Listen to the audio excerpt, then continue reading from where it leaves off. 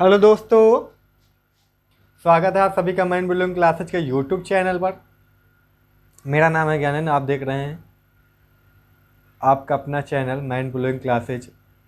आज हम शायद ये सेकेंड लास्ट लेक्चर होगा सरफेस केमिस्ट्री का।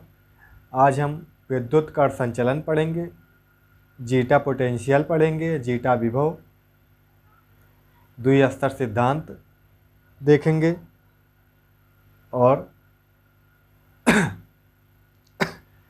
कोलाइडी विलयनों की उपयोगिता देखेंगे। इतना हम आज पढ़ने वाले। आज जितना पढ़ लेंगे हम कि अगले दिन जो भी बचे वो एक वीडियो में पूरा हो जाए। पायस वाला पूरा टॉपिक कल पढ़ेंगे हम, और हो सकता है मे बी और कुछ छूट जाएगा तो वो भी कल पढ़ लेंगे हम। ठीक है बच्चा जी। तो आज हम स्टार्ट करते हैं वैद्युत कण संचलन से।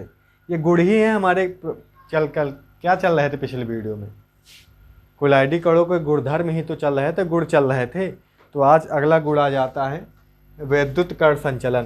क्या जाता है? वैद्युत, मार्कर चेंज कर लेते हैं, ये कम चल रहा है, बोल दे तो वैद्युत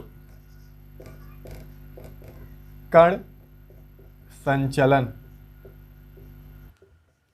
ये लो, हो गई डेरी। आ जा बच्चा, जल जाओ लाइट।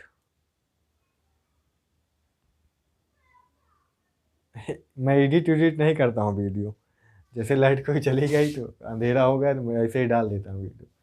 यार क्या बताऊँ, उतनी व्यवस्था भी नहीं, एडिट करने में बहुत टाइम लगता है। अब कट करो उतना बीच में, दो चार 5 सेकंड का होगा, क्या मतलब है? उतना तो आप मैनेज कर सकते हो ना। अगर आप पढ़ने पढ़ने आए हो तो आप मैनेज कर लोगे। नहीं पढ़ना, आपको मुँह ही बनाना है तो वैसे ही अब आप नहीं देखोगे वीडियो, चले जाओगे, भाग जाओगे, तो कोई मतलब नहीं। वैद्युत कण संचलन, इलेक्ट्रोफोरेसिस, इलेक्ट्रोफोरेसिस, समझ गए? होता क्या है, एक यू आकार की नली लेते हैं, एक यू आकार की नली ले लिए, जैसे फिगर बन जाएगा क्या? हाँ, बन ही जाएगा लगभग लगभग।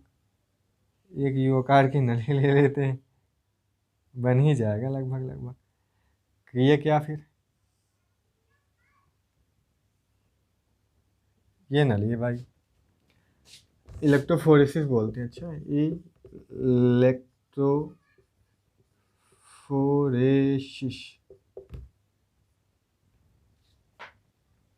इसमें कोलाइडी विलयन भर देते हैं। क्या भर देते हैं? कोलाइडी विलयन भर देते हैं।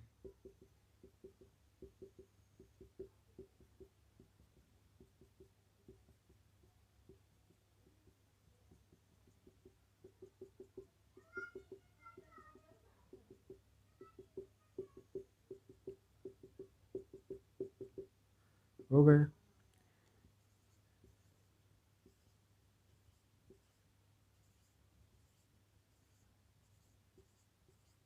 और इलेक्ट्रोड भी लगा देते हैं इसी में, समझ रहे हो? इसी में क्या लगा देंगे? इलेक्ट्रोड भी लगा देते हैं इसी में।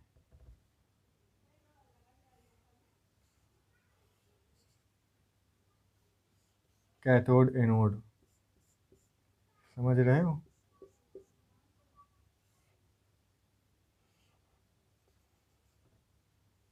और इनको इलेक्ट्रिसिटी से, धारा से जोड़ देंगे। होगा क्या? हमें पता है कोलाइडी कण आवेशित होते हैं, या तो धनावेशित होते हैं या तो ऋणावेशित होते हैं। एक यहाँ पे कैथोड होगा, एक यहाँ पे एनोड होगा। ये मान लो कैथोड है, कैथोड है तो ऋणावेशित होगा। ये मान लो एनोड है, एनोड है तो धनावेशित होगा। जो ऋणावेशित होगा वो इसके आसपास भगेगा, इसके आसपास भगेगा, इधर की तरफ भगेगा। समझ रहे हो? वो इधर की तरफ भागेगा।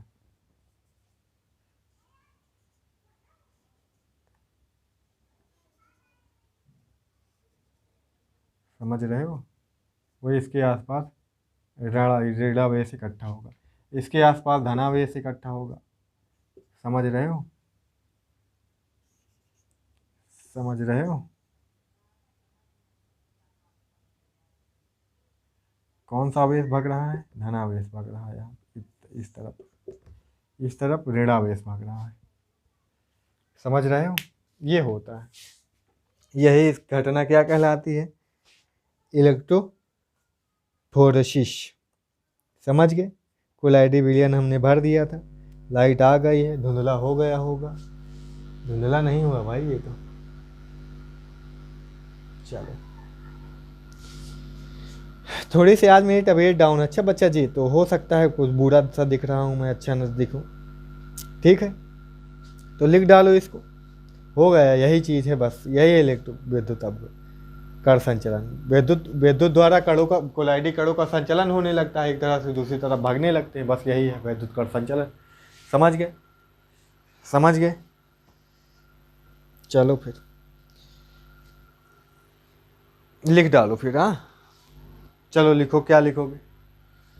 एक लिखो, एक यू आकार की खोखली नली में, एक यू आकार की खोखली नली में कोलाइडी विलयन भरते हैं तथा उसके दोनों सिरों पर प्लेटिनम पीटी वाला, ये किसके इलेक्ट्रोड है? के इलेक्ट्रोड, प्लेटिनम के इलेक्ट्रोड लगा देते हैं। क्या लगा देते हैं? प्लेटिनम के इलेक्ट्रोड लगा देते हैं। समझ आ गई बात बेटा जी?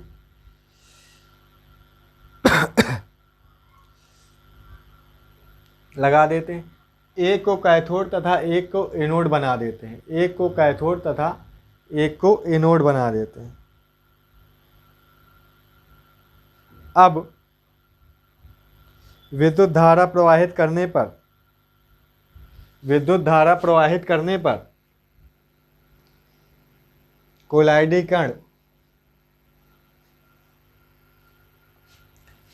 कण विपरीत आवेशित, जो उसके आवेश के विपरीत हो, जैसे कोलाइडी कण होंगे ऋणावेशित तो धन आवेश की तरफ भागेंगे, एनोड की तरफ। कोलाइडी कण होंगे जैसे कि क्या होंगे? धनावेशित तो कैथोड की तरफ भागेंगे। समझ गए? विपरीत आवेश की तरफ, आवेश इलेक्ट्रोड की तरफ गतिमान होते हैं तथा अवक्षेपित हो जाते हैं। यहीं पे इकट्ठे हो जाएंगे, मतलब तथा अवक्षेपित हो जाते हैं। इस प्रक्रिया को वैद्युत कण संचलन कहते हैं। इस प्रक्रिया को वैद्युत कण संचलन कहते हैं। मिला के कोलाइडी कणों का विपरीत आवेशित इलेक्ट्रोड की ओर गतिमान होना वैद्युत कण संचलन कहलाता है। एक छोटी सी परिभाषा बन जाती है। समझ गए? पॉइंट बना लोगे, अब थोड़ा सा पॉइंट बना लोगे। लिखो, यदि कोलाइडी कण धनावेशित होते हैं तो यह घटना धन, यदि कोलाइडी कण धनावेशित होते तो यह घटना धन कण, मतलब धन प्लस वाली ना, संचलन, धन कण संचलन कहलाती है। यदि कोलाइडी कण ऋणावेशित होते हैं, यदि कोलाइडी कण ऋणावेशित होते हैं तो यह घटना ऋण, यहाँ पे क्या आ जाएगा? ऋण आ जाएगा। ऋण कण, ऋण यहाँ पे माइनस, ऋण कण संचलन कहलाती है। समझ गए? समझ गए? कुछ उदाहरण भी लिख सकते हैं, जैसे FeO3 क्या था? ये धनावेशित कोलाइड है, अतः यह धन कण संचलन देते हैं। और आर्सेनिक सल्फाइड जो था AS2S3 ऋणावेशित कोलाइड है, अतः यह ऋण कण संचलन देते हैं। इसके हो जाते हैं उदाहरण। अब इसके थोड़ा सा उपयोग लिख लेते हैं। किसके? वैद्युत कण संचलन के उपयोग। फिगर बनाना है आपको, अच्छा फिगर बनाना है। ये वैद्युत कण संचलन के उपयोग, वैद्युत कण संचलन के उपयोग लिख लो। नंबर 1, वैद्युत कण संचलन विधि का उपयोग। वैद्युत कण संचलन विधि का उपयोग कोलाइडी कणों पर उपस्थित आवेश को ज्ञात करने में किया जाता है। कोलाइडी कण पर उपस्थित आवेश ज्ञात करने में किया जाता है। इसका उपयोग कोलाइडी विलयन की समानगता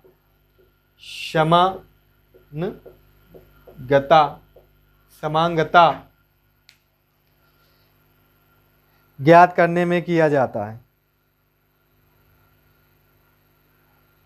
और लिख लेंगे, इस विधि का उपयोग कोलाइडी के अवक्षेपण में भी किया जाता है। कोलाइडी अवक्षेपित हो जाते हैं ना, तो उनके अवक्षेपण में भी इसका उपयोग कर लेते हैं। समझ गए। और इस विधि का उपयोग जल के शोधन तथा कई रासायनिक क्रिया में भी किया जाता है। ठीक है, ये भी लिख लोगे, जल के शोधन में भी इसका उपयोग कर लेते हैं इस विधि द्वारा। चलो ये काम ये हो गया, हम पढ़ चुके। अब क्या पढ़ना है हमें?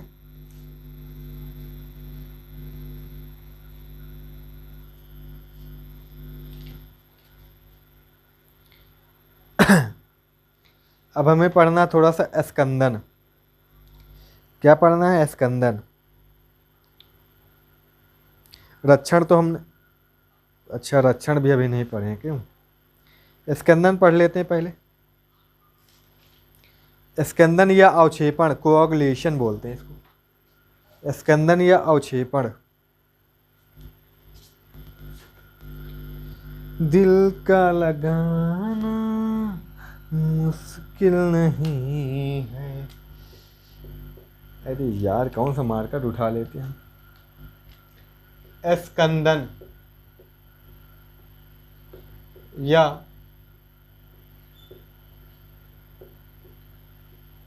अवक्षेपण,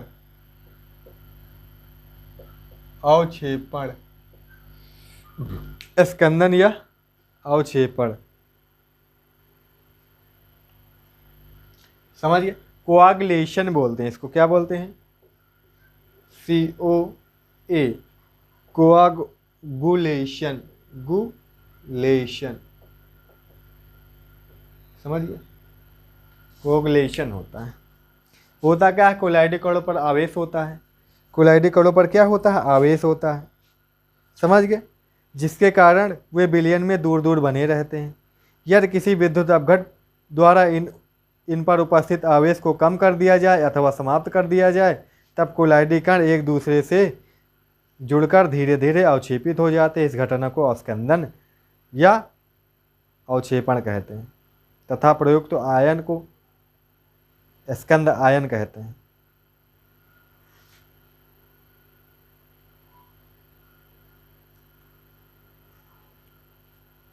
समझ गए।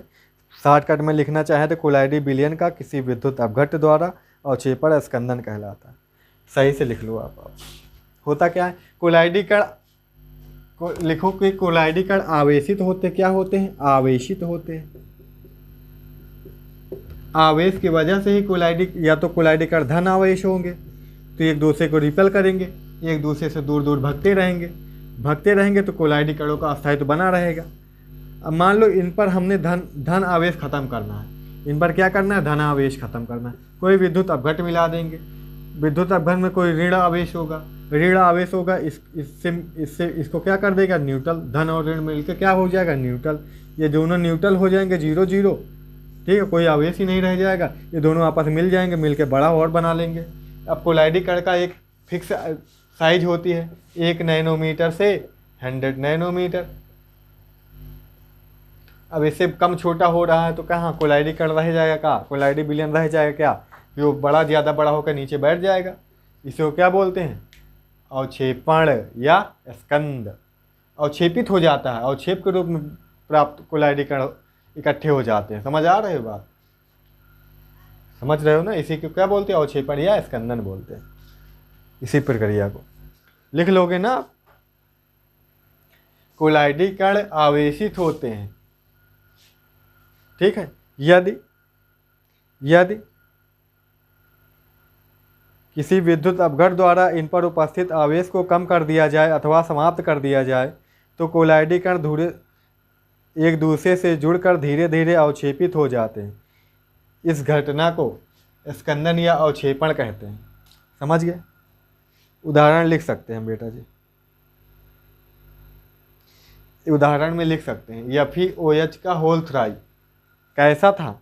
यह धनावेशित कोलाइड है, यह ऋण आयन के द्वारा स्कंद देता है, ऋण आयन के द्वारा स्कंदित हो जाता है, समझ गए। और जैसे आर्सेनिक सल्फाइड था, उदाहरण लिख सकते हैं, यह ऋणावेशित कोलाइड है, अतः यह धनायन द्वारा स्कंदन देता है, इसमें धनायन अब घट मिलाना पड़ेगा। ठीक है, चलो हो गया ये सब, स्कंदन हो गया हमारा खत्म। अब क्या बचा? अब बचा है हार्डी-सुलजे का नियम। कौन सा नियम? हार्डी-सुलजे का नियम। लेसन में थ्योरी है बस, सुलजे का नियम, लॉ ऑफ हार्डी-सुलजे। स्कंदन को लेकर ही इनका नियम है। किसको लेकर? स्कंदन को लेकर। इस नियम के अनुसार किसी आयन की स्कंदन क्षमता उस पर उपस्थित आवेश के समानुपाती होती है, अर्थात जिस आयन पर जितना अधिक आवेश होता है उसकी स्कंदन क्षमता उतनी ही अधिक होती है, समझ गए। इस नियम के अनुसार किसी कोलाइडी कण की स्कंदन क्षमता उस पर उपस्थित आवेश के समानुपाती होती, अर्थात कोलाइडी कण पर जितना अधिक आवेश उपस्थित होगा उसकी स्कंदन क्षमता उतनी ही अधिक होगी, उतनी ही अधिक होगी, समझ गए। ये इनका नियम था, हो गया।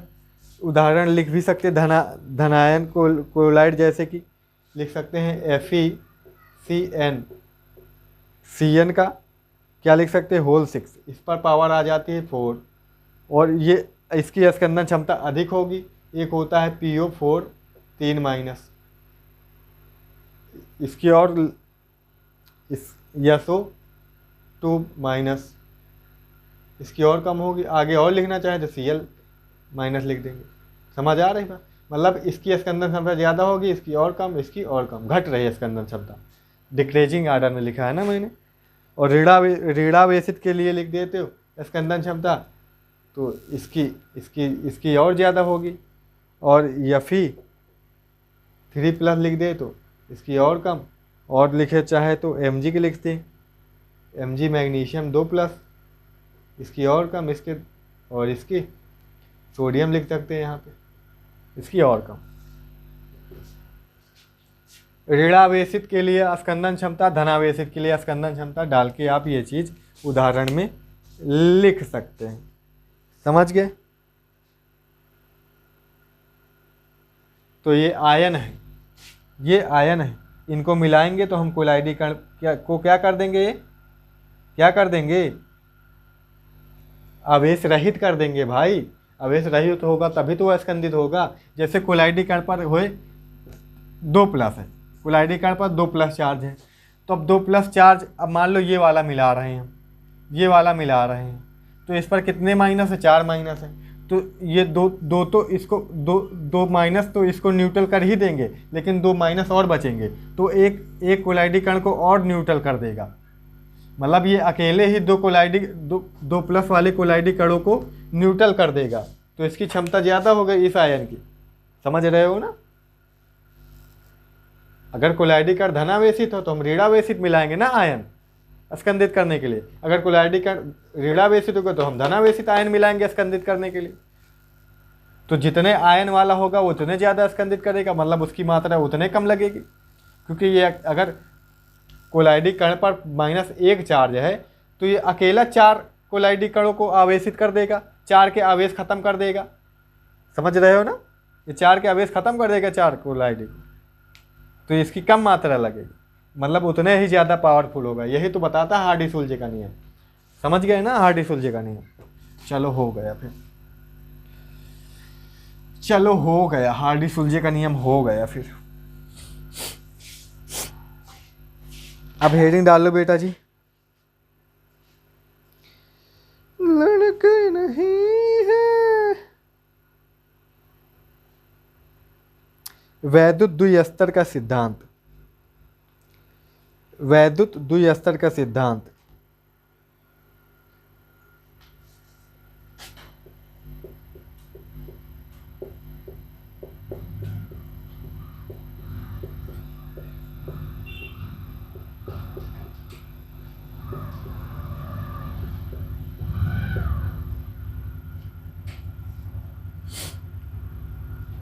जीटा विभव भी लिख सकते हो यहाँ पे, जीटा विभव के बारे में इसमें बात होगी। समझ गए? होता क्या है,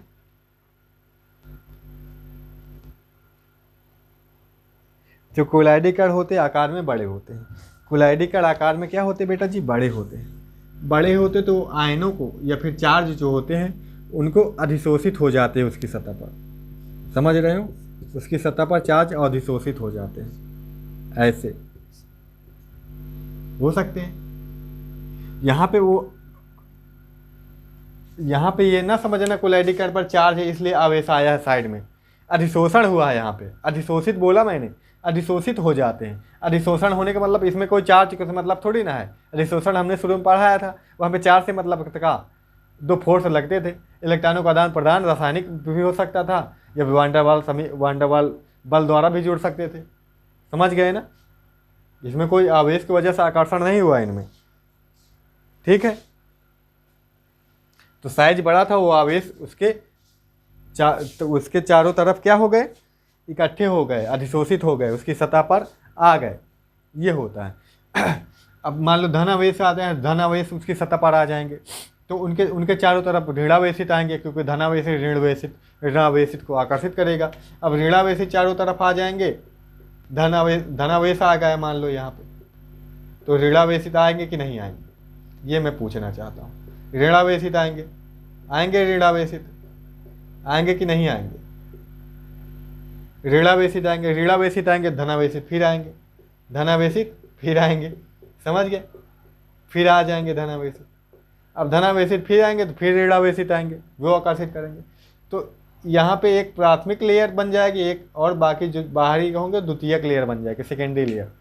तो यहाँ पे लेयरों के बीच जो होता है एक आवेश जो होती है ना, विपरीत आवेश होते हैं, जिससे एक तरह का पोटेंशियल क्रिएट हो जाता है, एक विभव बन जाता है, जिसे जीटा विभव कहते हैं, जिसे जीटा विभव कहते हैं। और यही द्विस्तर का सिद्धांत, द्वि लेयर बनती है ना, एक बताया ना मैंने, प्राइमरी लेयर पहले वाली, एक सेकेंडरी लेयर। समझ गए? इसी को बोलते हैं। चलो लिख डालो, इस सिद्धांत के अनुसार कोलाइडी कण आकार में बड़े होते हैं, यह बिलियन से आयन अधिशोषित कर लेते हैं, जिससे कोलाइडी कण पर आवेश उत्पन्न होता है। मतलब ये बताता है कोलाइडी कण पर आवेश नहीं है, पहले नहीं होता कोलाइडी कण पर आवेश। कोलाइडी पर आवेश कैसे आया उस चीज को ये डिफाइन करता है। समझ रहे हो ये बात? कोलाइडी कण था, उस पर आवेश नहीं था, उसने बिलियन से धन आवेश को खुद अधिशोषित किया अपनी सतह पर। तभी तो हम शुरुआत में अधिशोषण पढ़ रहे थे। देख लो, मान लो धन वाले को अधिशोषित कर लिया अपनी सतह पर, तो ये धनावेशित कोलाइड हो गया। पहले तो इस पर कोई आवेश नहीं था, अंदर कोलाइडी। तो आवेश किसी कोलाइडी कण में आवेश का कारण क्या होता है, ये कौन डिफाइन करता है? यही वैद्युत द्विस्तर का सिद्धांत बताता है। समझ गए? तो ये भी हेडिंग पड़ी रहती है, विद्युत आवेश का कारण, ब्रेकर में द्विस्तर का वैद्युत द्विस्तर का सिद्धांत, ये भी हेडिंग पड़ी रहती है बुक में। ठीक है, कंफ्यूजन में ना आना। समझ आ गई बात? तो क्या बोला मैंने? अधिशोषित कर लेते हैं, जिससे कोलाइडी कणों पर आवेश उत्पन्न होता है। इस स्तर को प्राथमिक स्तर या प्राइमरी लेयर कहते हैं। इसके विपरीत बिलियन में एक द्वितीयक स्तर का निर्माण होता है, जो कि अस्थिर होती है।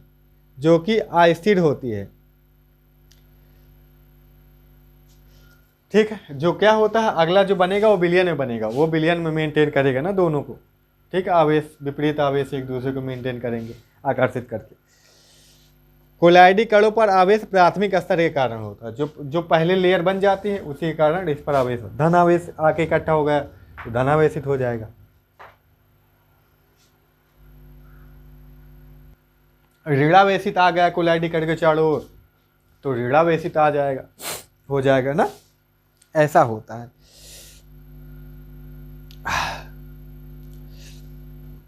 कुल मिला के बिलियन के अपोजिट ही होगा। बिलियन से धनावेशित यहाँ पे बन रहा तो इस पर इसके चारों तरफ अगला जो होगा ऋणावेशित बिलियन, बिलियन वाली लेयर बन जाएगी बिलियन, समझ गए, ये ऐसा होगा। इसीलिए बिलियन में अपोजिट और कोलाइडी कण में अलग आवेश होता है, दोनों में अलग अलग। इतना हो गया। अब एक इन्वर्टेड कामा में लिख लो या फिर नई लाइन से लिख लो, एक लाइन जो इंपॉर्टेंट है, अगला लिख लो। प्राथमिक तथा द्वितीयक स्तर के मध्य, प्राथमिक तथा द्वितीयक स्तर के मध्य उत्पन्न विभव को जीटा, जीटा, जीटा ऐसे लिखते हैं इंग्लिश में, जीटा पोटेंशियल या विभव, जीटा विभव या क्या बोलते हैं इंग्लिश में, पोटेंशियल, पोटेंशियल कहते हैं। समझ आ गई बात, समझ आ गई बात। उदाहरण इसके बना दे, उदाहरण इसके बना दे।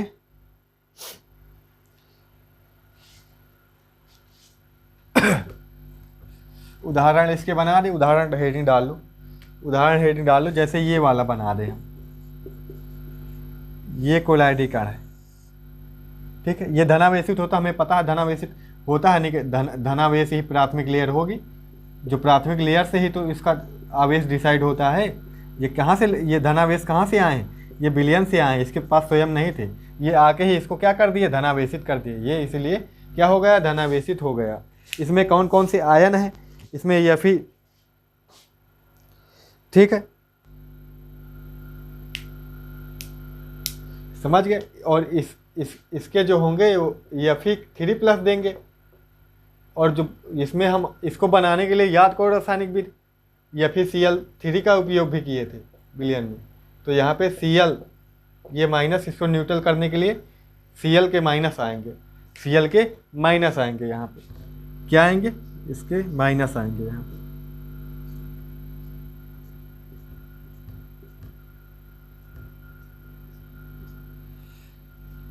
हो गई बात समझ में, आ गई बात समझ में, आ गई बात समझ में। इसको ये अच्छा कम लग रहा है, और भी तरीका है बनाने का, ऐसे आप बना सकते हैं। देखो मैं बताता हूँ, मुश्किल नहीं है तुझे भूल पाना, ये जो मेरे नाम से चैनल उस पर मैं बढ़िया बढ़िया वीडियो डालता हूँ, ज्ञानेंद्र यादव, देखा करो। ब्रेकअप से एक वीडियो डाला था मैंने, ब्रेकअप से डिप्रेशन और स्ट्रेस आ जाता है, जो वो चैनल सब्सक्राइब नहीं किया तो वो उसको चैनल को सब्सक्राइब कर लेना, ज्ञानेंद्र यादव वाला, ठीक है। ये ऐसे तो यहाँ पे क्या बन जाएगा, वो एक तरह का एक ऋण आवेश बन जाएगा, ठीक है बेटा जी। यहाँ पे और धन लगा देते हैं ना हम, तो अच्छा लगेगा ज़्यादा।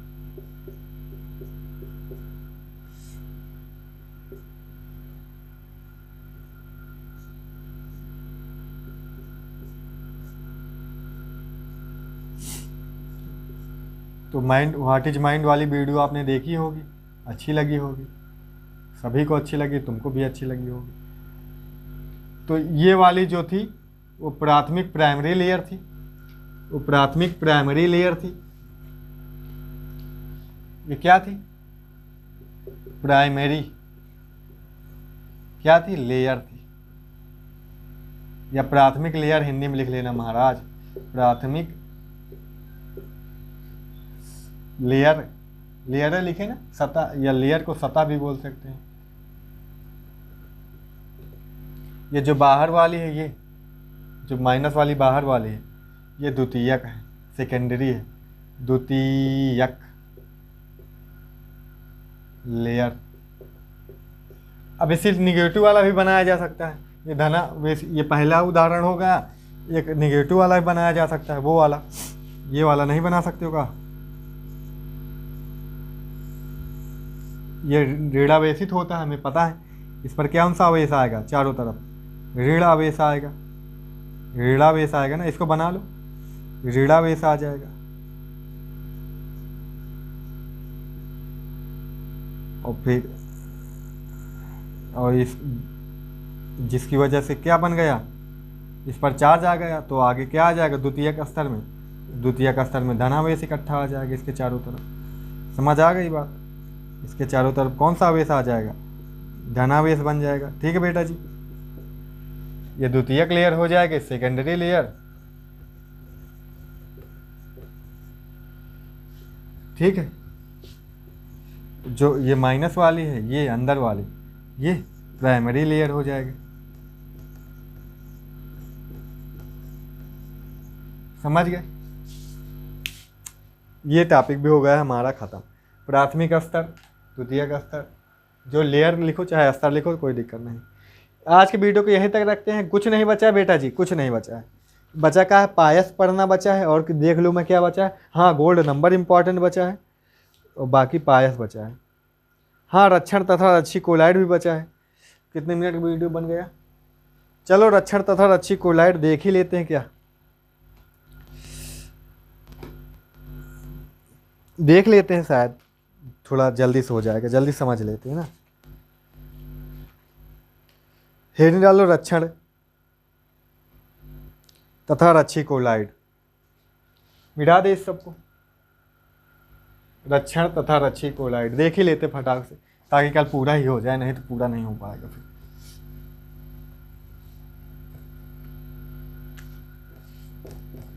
रक्षण तथा रच्छी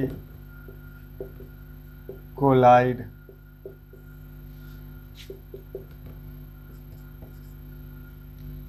ठीक, लिखो। जैसे द्रव विरोधी कोलाइड में, कोई द्रव विरोधी कोलाइड होता है ना, द्रव का विरोध जो करता था, जो आसानी से द्रव के संपर्क में आने पर कोलाइडी विलयन जो आसानी से नहीं देता, तो द्रव विरोधी कोलाइड था। द्रव स्नेही कौन सा था, जो द्रव से प्रेम करता था, जो द्रव के संपर्क में आने पर आसानी से कोलाइडी विलयन दे देता था।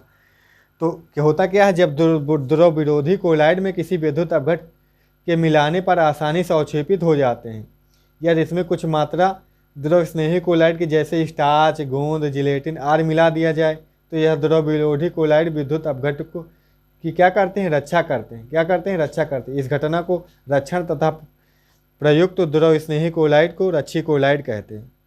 समझ गया क्या हुआ इसका मतलब। द्रव स्नेही कोलाइड द्वारा किसी द्रव विरोधी कोलाइड का स्थायित्व तो बढ़ना रक्षण कहलाता है, प्रयुक्त तो कोलाइड रच्छी कोलाइड कहलाता है। अच्छा, और अच्छे समझ लो। अच्छा, द्रव विरोधी कोलाइड होते हैं, कोई द्रव विरोधी कोलाइड है, समझ गए, वो द्रव का विरोध करेगा। ठीक है, उसमें अगर कोई विद्युत अपघट मिला दिए हम, क्या द्रव विरोधी कोलाइड है, इसमें कोई विद्युत अपघट मिला दिए, तो क्या हो जाएगा, ये अवक्षेपित हो जाएगा, मतलब इसका अवक्षेपण हो जाएगा, कोगुलेशन हो जाएगा, स्कंदन हो जाएगा, अवक्षेपण हो जाएगा, नीचे बैठ जाएगा, मतलब कोलाइडी अवस्था इसकी तुरंत खत्म हो जाएगी। अब ये मिलाने से पहले हम इसमें कोई मिला देते हैं, द्रव स्नेही कोलाइड मिला देते हैं, द्रव स्नेही कोलाइड, जैसे गोंद, जिलेटिन, ये सब कुछ मिला दिए, स्टार्च वगैरह का मिला, द्रव स्नेही होते हैं ना, इनको मिला दिए।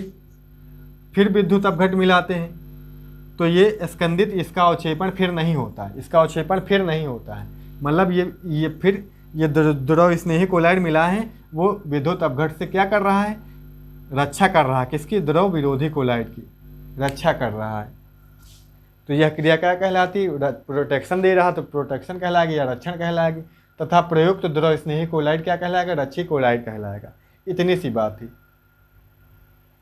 होता क्या है वास्तव में, इसके चारों तरफ ये, जैसे कि द्रव विरोधी कोलाइड है, ये द्रव विरोधी कोलाइड है, ठीक है, इसके चारों तरफ क्या बना लेता है वो द्रव स्नेही, इसके चारों तरफ अपना लेयर बना लेता है, इसके चारों तरफ उन्हें क्या बना लेता है, लेयर एक बना लेता है। और जब विद्युत अपघट आ जाता है तो इसी पर अटैक करता है, इस पर कोई फर्क पड़ता नहीं है, समझ गए, इस पर अटैक जाता ही नहीं है, तो ये सेफ हो जाता है द्रव विरोधी वाला, द्रव स्नेही पर कोई इफेक्ट पड़ता नहीं इनके आने से, क्योंकि वो ये अधिक अस्थायी हैं, ये कम अस्थायी है ना, ये स्कंदित जल्दी हो जाते हैं। समझ गए, यही चीज़ आपको लिखनी है, जैसे समझाया वैसे लिख लेंगे आप। समझ आ गई बात।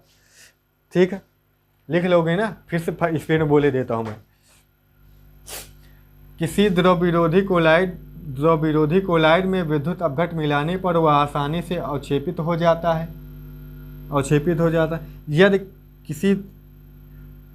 यदि किसी द्रव स्नेही कोलाइड जैसे जिलेटिन, गोंद, स्टार्च आदि को मिला दिया जाए तो विद्युत अपघट्ट मिलाने पर द्रव विरोधी कोलाइड अवक्षेपित नहीं होता है।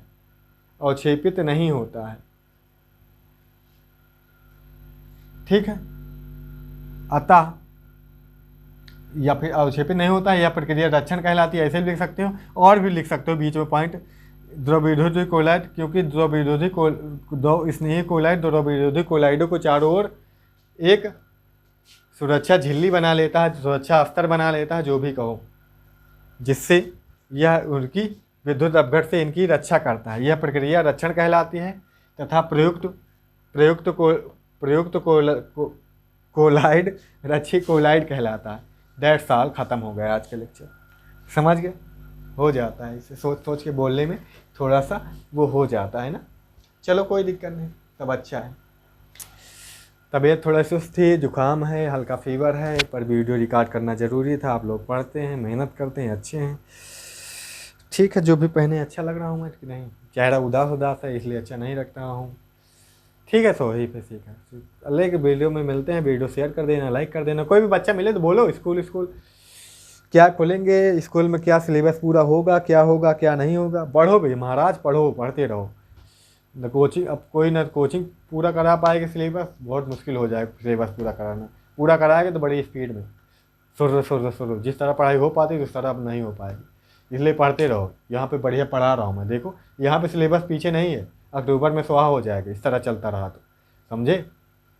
यहाँ सिलेबस पीछे नहीं है, अक्टूबर में स्वाहा करके रिवीजन भी कर लेंगे हम सब, आंसर वगैरह भी लगा लेंगे यहाँ पे, ठीक है। मिलते हैं अगली वीडियो में। Thank you so much, like share कर देना।